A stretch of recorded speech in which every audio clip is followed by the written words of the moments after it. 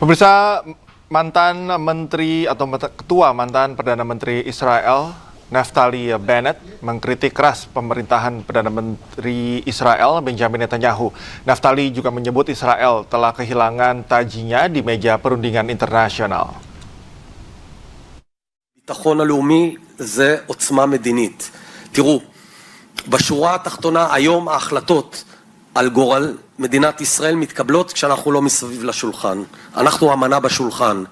יושבים מסביב לשולחן, קטרים, טורקים, ארצות הברית, אירופאים, מדברים עלינו. רק התפרסם עכשיו שגם ביהודה ושומרון הכניסו על הראש שלנו כוחות בינלאומיים. כן, בן גביר, סמוטריץ', כוחות בינלאומיים ביהודה ושומרון. ולמרות שיש לנו היום את הידיד הגדול ביותר שהיה לנו אי פעם בבית הלבן, רבותיי, איבדנו את ארצות הברית, איבדנו את העולם. זה לא נתפס. אחרי שנשחטו לנו פה 1,200 ישראלים בפוגרום, אנחנו בשפל הנורא ביותר של מעמד ישראל בעולם מאז קום המדינה. Breaking news segera kembali usai jeda. Tetaplah bersama kami. Pemirsa, perang di Timur Tengah semakin meluas. Iran mengancam akan menyerang pangkalan militer Amerika Serikat yang berada di Eropa.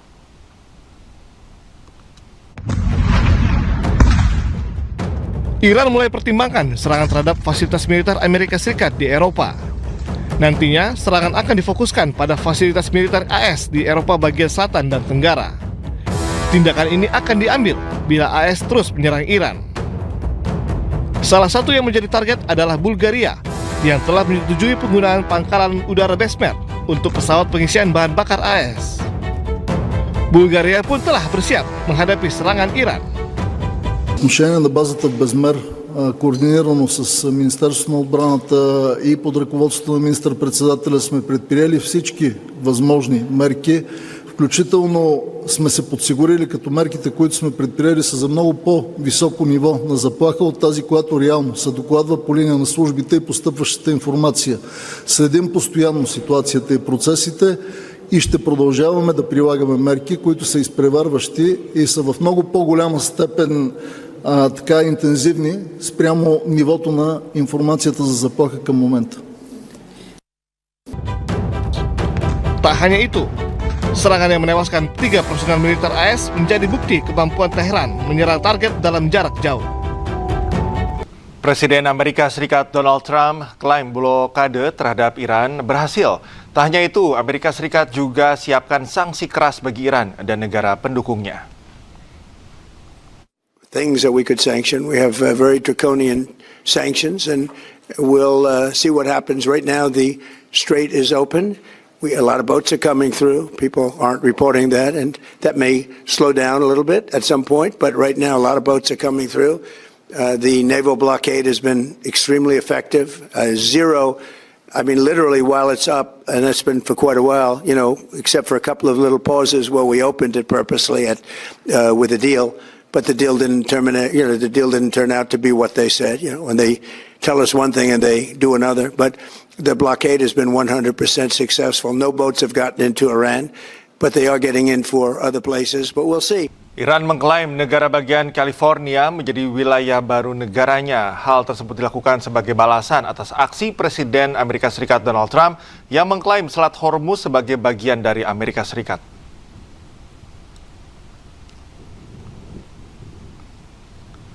Salah satu akun media resmi Iran menyebut California sebagai bagian dari wilayahnya. Pemilihan California bukan tanpa alasan. California, khususnya Los Angeles, adalah tempat tinggal konsentrasi terbesar warga keturunan Iran. Menurut Iranian Diaspora Dashboard, ada sekitar 141.000 warga Amerika Serikat keturunan Iran tinggal di Los Angeles. Setelah revolusi Islam Iran pada tahun 1979, komunitas Iran di California Selatan berkembang pesat. Kawasan Westwood menjadi pusat utama diaspora Iran dan dikenal dengan sebutan The Teherangels yang diambil dari penggabungan kota Teheran dan Los Angeles.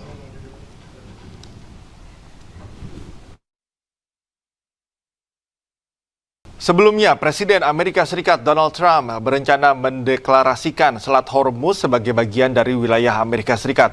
Trump mengklaim Iran kini sedang mengalami kekalahan telak.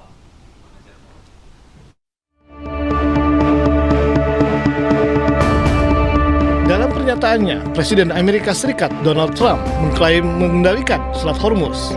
Kini Trump berencana akan segera mendeklarasikan Selat Hormuz sebagai bagian dari wilayah Amerika Serikat. Menurut Trump, kini Iran sedang mengalami kekalahan telak. We control it with the blockade. We have a blockade. We control it with the blockade. And I like the idea of declaring it a territory. We have total control over the strait. Now they can be a nuisance. They can put a mine in the water, and people don't like having mines hit their billion-dollar ships, etc. Sengketa Selat Hormuz terus terjadi dalam konflik antara Iran dengan Amerika Serikat. Iran menyatakan Selat Hormuz tidak akan dibuka selama AS terus mengintervensi. Iran menuduh Amerika Serikat gagal penuhi ketentuan dalam nota kesepahaman yang telah disepakati sebelumnya. Opsi yang ditawarkan Iran kepada AS pun tak pernah berubah. Kendali penuh Selat Hormuz, serta penarikan pasukan AS sepenuhnya dari kawasan. Di saat bersamaan, Iran memperkuat kemampuan tempurnya, termasuk melakukan perombakan para petinggi militer. Iran juga mengubah doktrin perang menjadi lebih ofensif. Militer Iran kini tidak hanya dipersiapkan untuk bertahan dari serangan, tapi juga harus mampu melancarkan operasi ke wilayah-wilayah musuh. Jenderal Korps Garda Revolusi Iran Muhammad Reza Naqvi mengatakan serangkaian penunjukan baru di jajaran petinggi militer Iran menandai pergeseran dari doktrin defensif menuju ofensif. Naqvi menegaskan pendekatan tersebut berbeda dengan doktrin yang diterapkan Iran sebelum perang 28 Februari. Pergeseran ini mengindikasikan Iran memiliki perkiraan bahwa konfrontasi dengan AS dan Israel bisa berlangsung panjang. Pernyataan Naqvi tersebut merupakan penjelasan resmi paling gamblang dari seorang petinggi militer Iran mengenai strategi di balik keputusan pemimpin tertinggi Mojtaba Khamenei merombak sejumlah jabatan kunci militer.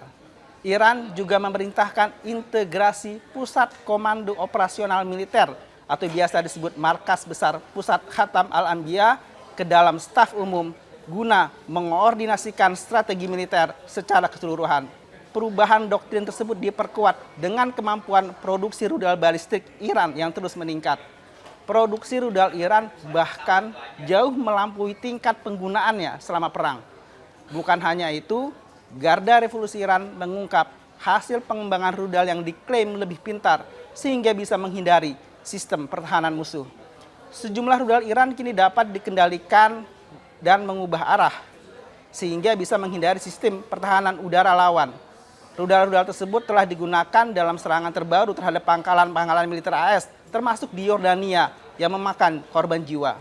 Sementara AS tampaknya berusaha mengerem perang dengan memadukan pendekatan tekanan dan diplomasi, terlebih menjelang pemilu paruh waktu pada November, Iran justru semakin memperkuat militernya. Demikian headline iNews hari ini. Simak perkembangan berita konflik AS Iran di inews.id. Saya Anton Suhartono. Sampai